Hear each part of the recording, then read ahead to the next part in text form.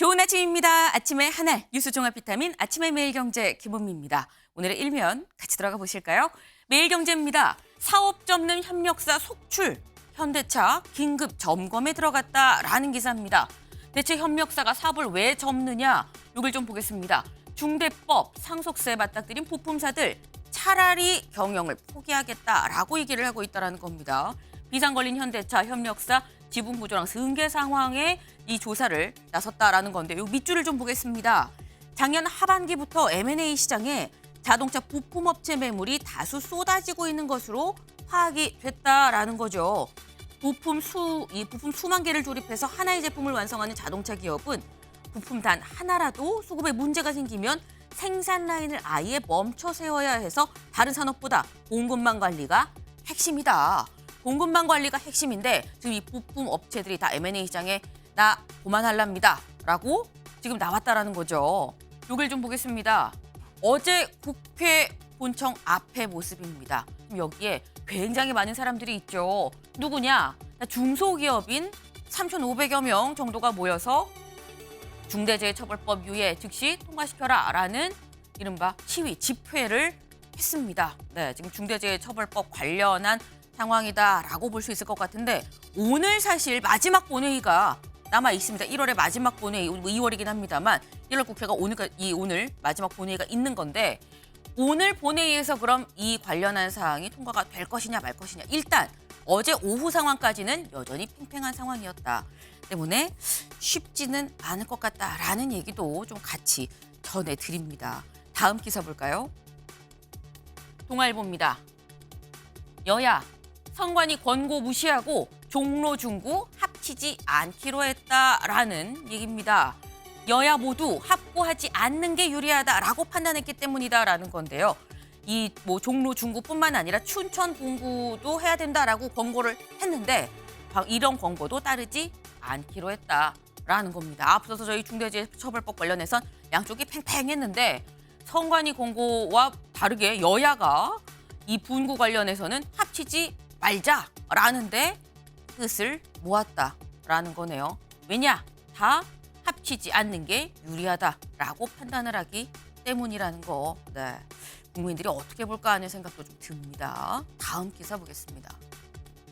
경향입니다. 고발사주 혐의 유죄, 손준성 1심서 실형. 네, 고발사주 사건 관련해서 이번에 1심 결과가 나와서 손준성 검사 탄핵안이 지금 현재로 넘어가 있는 상황이기도 하죠. 그런데 1심에서 실형이 나왔습니다. 그리고 재판부가 실형을 한 것도 관건이지만 고발사주 관련한 전반적인 이 과정에 대해서 실제 그런 정황이 있었던 걸로 보인다라고 인정을 하는 판단이 있었습니다. 법원 정치 중립 정면으로 위반했다라고 얘기를 했어요. 다만 선거법 위반은 아니다. 이거는 무죄다라고 판단을 했는데 덧붙여서 아까 말씀드렸죠. 지금 탄핵안이 헌재로 넘어가 있는 상황입니다. 손 검사. 헌재 탄핵 심판에도 영향을 미칠 가능성이 있다라는 거. 다만 1심이기 때문에 손 검사는 항고하겠다라는 이 뜻을 밝혔다라는 점도 좀 같이 전해드립니다. 다음 기사 볼까요? 서울신문입니다. 민주당 돈봉투 이 현 의원 첫 실형입니다. 네, 민주당 돈봉투 사건 관련해서 어제 이 1심 결과가 나왔습니다. 그런데 윤관석 의원 1심에서 징역 2년, 지금 현역 의원으로서는 첫 실형이다라는 거죠. 1심 징역 2년. 그리고 강래구 전달책으로 꼽혔던 강래구 위원장은 징역 1년 8개월이 나왔다라는 겁니다. 정당한 민주주의 신뢰를 훼손했다라는 건데 관건은 송영길 전 대표 재판에도 영향을 미치지 않겠느냐라는 전망도 같이 나오고 있다라는 겁니다. 네, 저희가 앞서서 고발사주 혐의 관련해서도 그렇고요. 이 건도 그렇고 지금 정치권 여의도에 영향을 줄 수 있는 좀 굵직굵직한 사안들이 다 지금 서초동 사법부에 가 있구나라는 생각도 좀 같이 드네요. 다음 기사 보겠습니다. 조선일보입니다. 노후도시 108곳 70층까지 재건축입니다. 이게 무슨 얘기냐? 어제 국토부에서 특별법 시행령 이렇게 하겠습니다. 라고 발표를 했습니다. 지금 현재는 이 시행령, 이 관련해서 51곳까지만 해당이 되는데 이거를 확대해서 108곳으로 지금 2배가 넘게 늘어난 거죠. 거기다가 이 장소가 한 군데만 몰린 게 아닙니다. 서울, 인천, 경기는 당연하고요. 여기에 대해서 강원, 충청, 전라, 경상, 제주도까지 정말 전국이 다 권역에 든다라는 겁니다. 부동산이 들썩일 수밖에 없을 것 같다라는 생각도 같이 드네요. 다음 기사 보겠습니다. 한국일보입니다. 14년 만에 제4위 통사 승자는 스테이지 X다라는 겁니다. 네. 지금 현재 사실 이동통신사가 현재 3개가 있죠. SKT, LG 플러스 그리고 KT가 있습니다. 그런데 말고 하나가 더 들어갔다라는 겁니다. 이게 어디냐? 스테이지 X다. 스테이지 X가 어디야? 궁금하실 것 같은데요. 스테이지 X, 카카오 계열사인 스테이지 5가 구성한 컨소시엄 이름이 스테이지 X입니다. 네. 그래서 이번에 4번째 이동통신사가 생긴다라는 거. 하나가 더 생겼으면 경쟁이 더 이동통신사 간에 치열해지겠죠. 소비자 입장에선 나쁘지 않다라는 생각이 또 듭니다. 네. 다음, 오늘 저희가 속보도 하나 좀 같이 전해드리도록 하겠습니다. 오늘 새벽 5시가 좀 넘어서 파월 의장이 이런 얘기를 했습니다. 3월 회의 때 긴축 정책 전환 확신을 얻을 걸로 생각하지 않는다. 어렵죠. 확신을 얻을 걸로 생각하지 않는다. 이 얘기가 뭐냐? 다시 말해서 3월에 다시 한번 이 금리 판단을 할 때 긴축 정책 전환 안 할 것 같다라는 얘기인 겁니다. 지금 현재 고금리 정책 그대로 갈 것 같다, 내리지 않을 것 같다라는 얘기인 거죠. 확실하게 선을 그었다라고 볼 수 있는데 이 발언 때문에 오늘 나스닥이 또 2%대로 하락을 했다라는 소식도 좀 같이 전해드리겠습니다. 다음 사진 기사 볼까요? 네, 지금 빨갛게 타오르고 있습니다. 무엇이? 지금 경북의 이 경북 문경에 있는 육가공품 공장에서 어제 밤사이 큰 불이 났습니다. 지금 보면 정말 뼈대만 보이고요. 일부는 좀 무너져 내린 모습도 지금 같이 보이는데요. 문제는 이 안에 여기 있죠. 소방관 2명이 고립됐다라는 제목인데 밤사이에 고립된 2 소방대원이 심정지 상태로 발견이 됐습니다. 네. 지금 현재 이 경북 문경의 이 현장 저희 취재기자가 직접 나가 있습니다. 직접 연결해서 좀 물어보도록 할까요? 심우영 기자, 현장 상황 어떻습니까? 네, 저는 지금 경북 문경시 화재 현장에 나와 있습니다. 제 뒤로 시커멓게 탄 공장이 보이실 텐데요. 강한 열기 탓에 건물이 심하게 뒤틀린 채 폭삭 주저앉았습니다. 육가공품 공장에서 불이 난 건 어제 오후 7시 50분쯤입니다. 강한 폭발과 함께 불길이 확산하자 소방당국은 1시간 만에 대응 2단계를 발령했습니다. 소방인원 330여 명과 장비 50대를 동원해 진화에 나섰는데요. 불길이 확산하는 데다 내부가 붕괴하면서 진화에 어려움을 겪었습니다. 밤샘 진화로 지금은 불이 꺼진 상태입니다. 네. 하지만 관건은 불도 불이고 재산 피해도 재산 피해입니다만 인명 피해가 있다는 점인 것 같습니다. 지금 2명의 소방관이 순직했다는 소식이 들려왔는데 관련 얘기도 좀 전해주시죠. 네, 그렇습니다. 소방관 2명이 건물에 들어가 수색을 벌이다 건물 내부가 붕괴하면서 고립됐습니다. 이들은 문경소방서 119 구조구급센터 소속 35살 박모 소방사와 27살 김모 소방교인데요. 수색에 나선 소방당국은 오늘 새벽 0시 21분쯤 2층 높이까지 내려앉은 3층 바닥에서 숨져있는 대원 1명을 발견했습니다. 이어 3시 54분쯤 5m 떨어진 곳에서 다른 1명을 찾았지만 이미 숨진 상태였습니다. 구조물들이 많이 쌓여 있어서 구조물 아래에서 발견을 했습니다. 그래서 수색과 구조의 시간이 다소 소요가 됐습니다.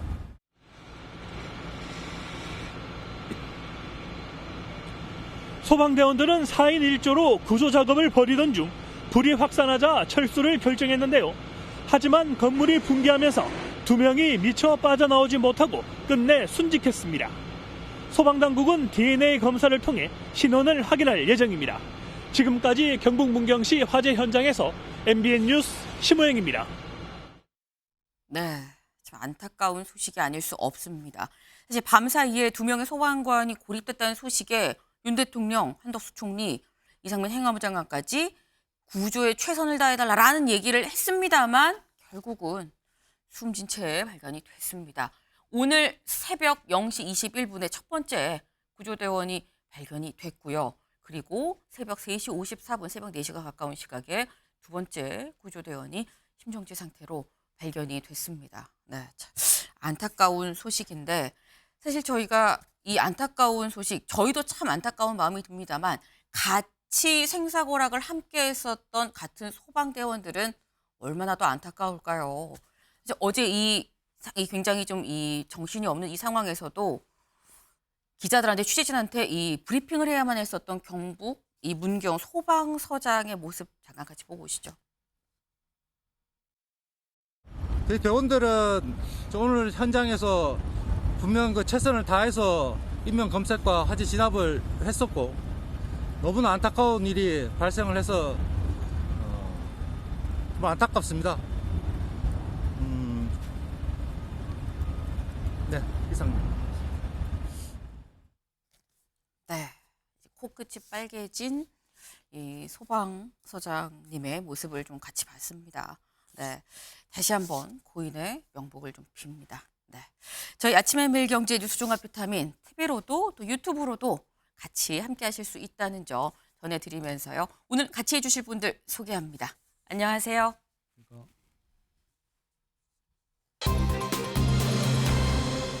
첫 번째 키워드 맞수입니다.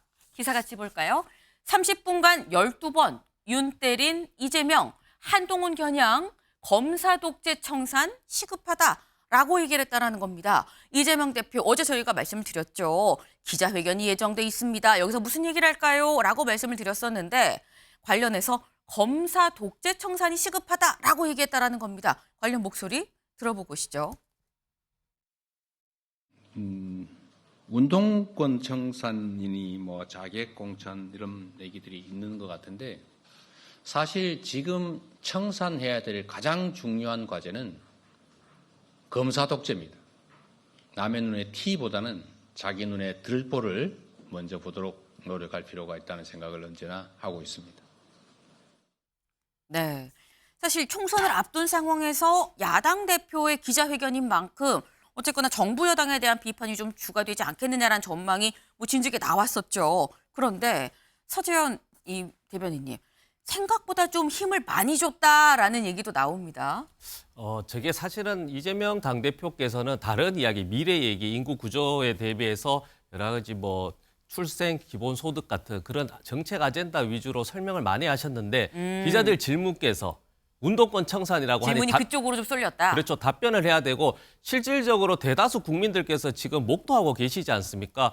우리나라 대다수 각계각층의 훌륭하신 분들이 있는데 유독 검사들만 요직에 차지하고 있고 현직 검사들이 지금 또 총선에 나온다는 분이 있다는 말입니다. 그리고 최근에 또 손중성 검사 보시면은 4년 전입니다. 총선 때 우리 그 당시는 여권이죠. 여권 의원들에게 김웅 의원을 통해서 고발 사주한 겁니다. 이거 엄청난 사건이잖아요. 이런 것들이 4년 전부터 계속 이어지다 보니 검사 전체를 비난하는 것이 아니고 정치검찰, 특히 한동훈 비대위원장 또 특이하지 않습니까? 우리나라 대한민국 법무부 장관이 대한민국 여당의 비대위원장으로 당원들의 의견이 아니라요. 그냥 내려왔습니다. 예, 그런 상황에서 검사들 자체 너희들부터 먼저 스스로 돌아봐서 국민들의 목소리를 대변하는지 하면 되묻는 것이고요. 저것이 주요해서 검찰 독재 청산이 우리 총선의 화두는 아니죠. 국민의 삶을 위해서 정책 대결하고 거기서 국민에게 심판받는 게 이제 우리 총선의 목표겠죠. 네, 아무래도 기자들 질문이 좀 더 그쪽으로 쏠렸다라고 말씀을 하셨어요. 그래서 관련한 얘기들도 많이 나오지 않았겠느냐라는 건데 기자들이 한동훈 위원장한테도 물어봤습니다. 이재명 대표가 검사 독재 청산해야 된다고 하는데요. 물었더니 한동훈 위원장은 뭐라고 얘기했을까요? 들어보고 오시죠. 검사 독재라는 게 있어요? 그게 무슨 말이죠?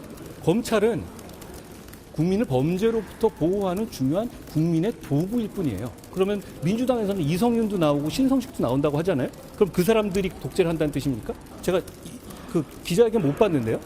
거기서 그분 법카 뭐라고 하던가요? 제가 한번 물어보고 싶어요.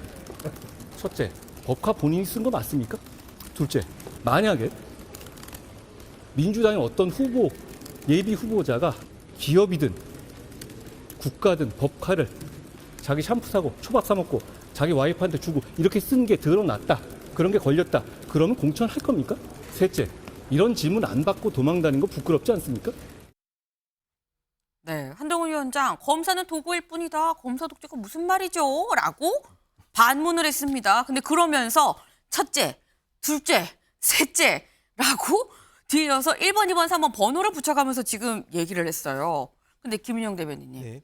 약간 발끈한 것 같다라는 느낌도 듭니다. 그러니까 저도 사실 이재명 대표의 이 기자회견을 보면서 제가 알고 있는 독재라는 단어가 바뀌었나 생각했습니다. 독재라는 단어의 뜻은 특정 세력이나 특정 개인이 한 개의 권력을 독점해야 되는 건데 지금 아까 말씀하신 대로 검사 출신 분들 총선 출마한다고 하는데 지금 한 대략 40명에서 45명, 45명 정도 출마한다고 됐는데 그중에 10분 정도는 10명 이상은 민주당 출신으로 소속으로 나가려고 하시거든요.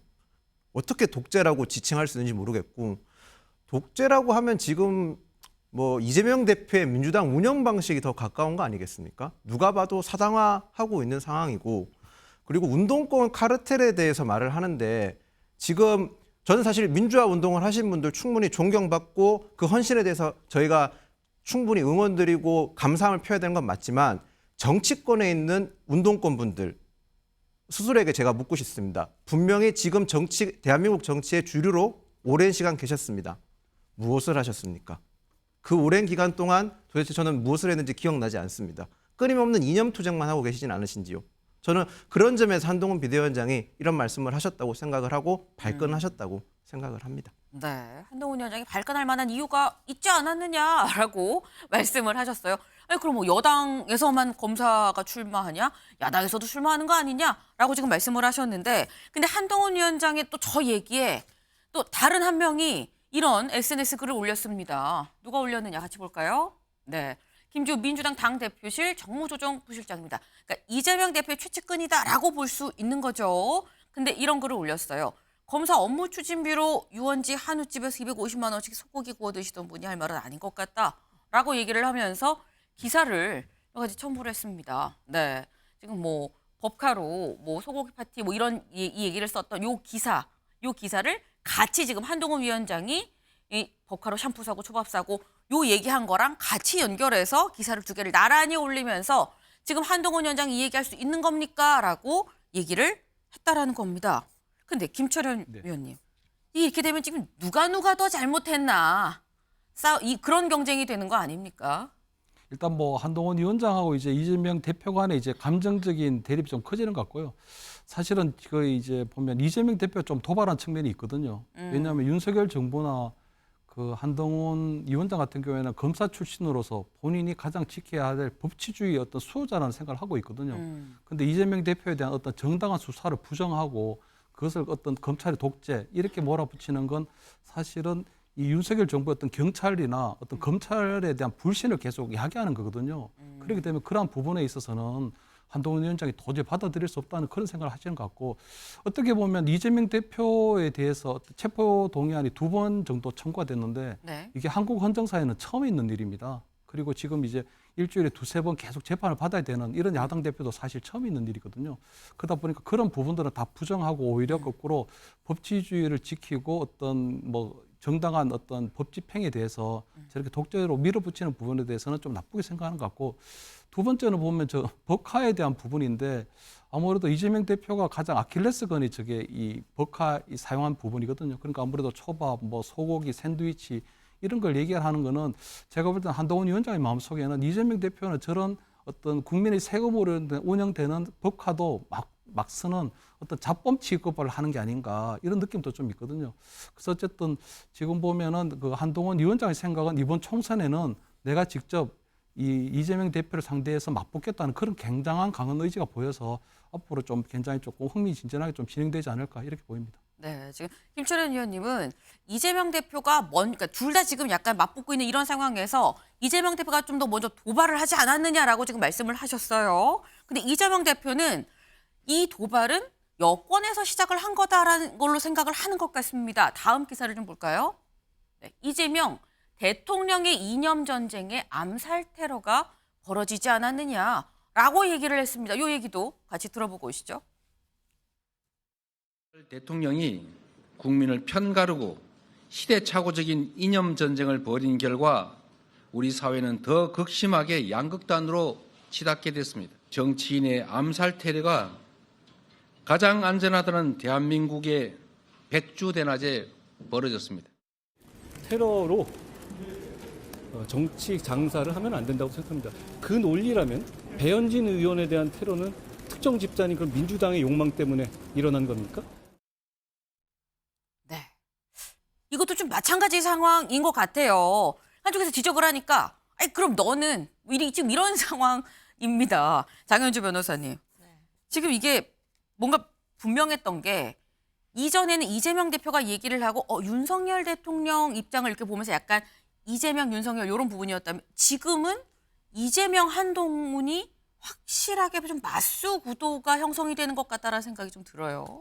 사실 저는 그게 국민의힘의 이번 총선 전략이 아닌가라는 생각이 듭니다. 왜냐하면 사실 그 이제 정권 중간에 치러지는 총선이라고 한다면 당연히 현 정권에 대한 중간 평가성 성격을 띠는 것이 당연할 텐데요. 사실 그렇기 때문에 뭐 민주당이 이번 총선 전략을 정권 심판론으로 가져가고 있다라는 분석보다는 사실 원래 총선이라는 것이 그런 성향을 띈다라고 보는 것이 맞을 것 같습니다. 그런데 그런 부분들을 피해야 되는 것이 국민의힘의 또 총선 전략이라고 볼 수 있을 것 같고, 그렇기 때문에 윤석열 대통령을 좀 지우고 한동훈 비대위원장을 앞세워서 한동훈 비대위원장 대 이재명 대표의 구도로 총선을 좀 치러야 되는 것이 아니겠느냐 하는 이런 전략의 선명성이 좀 보이는 장면이라고 생각이 드는데요.